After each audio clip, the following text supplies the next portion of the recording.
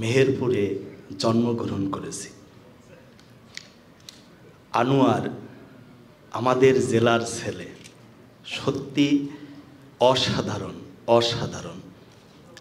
আনোয়ার সবসময় তার প্রচারে একটি কথা বলে, লেখাপড়াও শেষ, কর্মজীবন শুরু, আর সেই পেশায় তুলে দিচ্ছে আনোয়ার।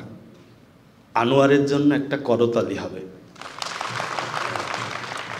তার নিজের জীবন যৌবন দিয়ে আপনাদের গড়ে তুলেছে। আপনারা আজকে নার্স, তার অবদান একটু হলেও আছে। তবে আমি প্রথমে একটি কথাই বলবো যে নার্স হওয়ার পেছনের সম্পূর্ণ কৃতিত্ব আপনাদের। তবে সঠিক দিক নির্দেশনা দিয়েছেন আমাদের আনোয়ার ভাই। আমি একটা গল্প বলবো। এক চাচি তার ছেলে নার্স, একটা মেয়ের সাথে প্রেম করেছে। এখন চাচিকে বলেছে যে আমি নার্সকে বিয়ে করব। চাচি তখন বলেছে যে না, নার্সের সাথে বিয়ে দিব না, কারণ সারাদিন হাসপাতালে থাকে, বিভিন্ন মানুষের সাথে ওখানে চলাফেরা, বিয়ে দিব না। বলতে বলতে হঠাৎ করে অসুস্থ হয়ে গেছে চাচি, হাসপাতালে ভর্তি করা হয়েছে। তাকে দেখার কেউ নেই, কারণ তার বৌমা কিন্তু এখনো হয় নাই, আর ছেলে একটা চাকরি করে। ডাক্তার বলেছে যে এখানে সবসময় একটি লোক থাকতে হবে, কিন্তু দেখার কেউ নেই।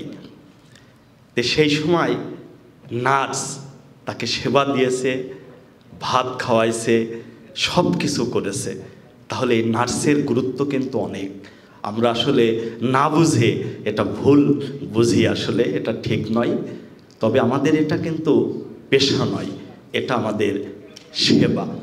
আর এই সেবার কাজ আনোয়ার করে দিচ্ছে।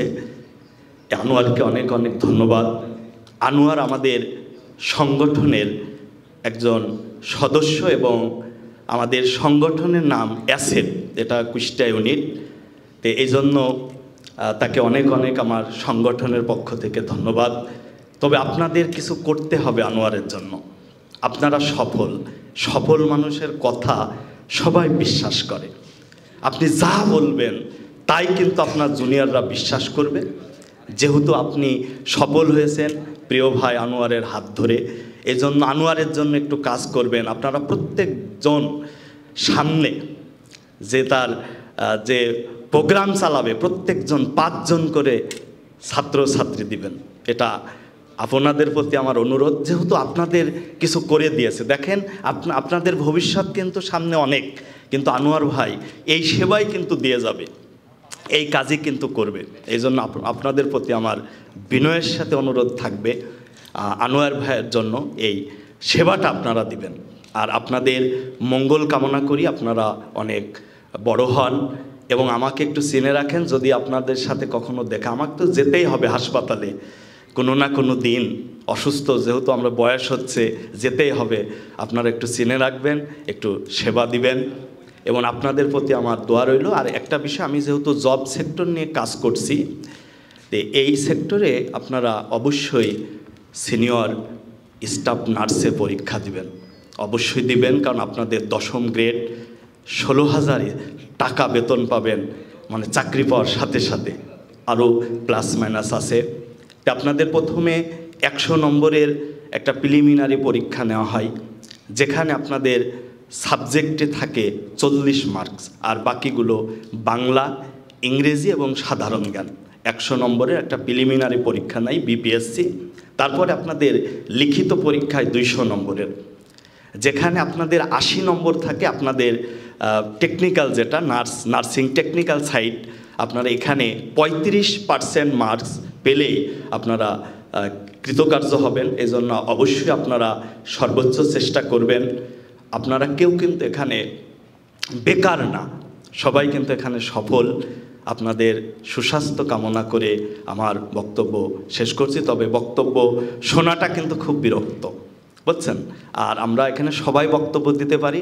সবার প্রতি আমার অনুরোধ থাকবে যারা বক্তব্য দেব তারা একটু সংক্ষিপ্ত করার জন্য। ধন্যবাদ সকলকে।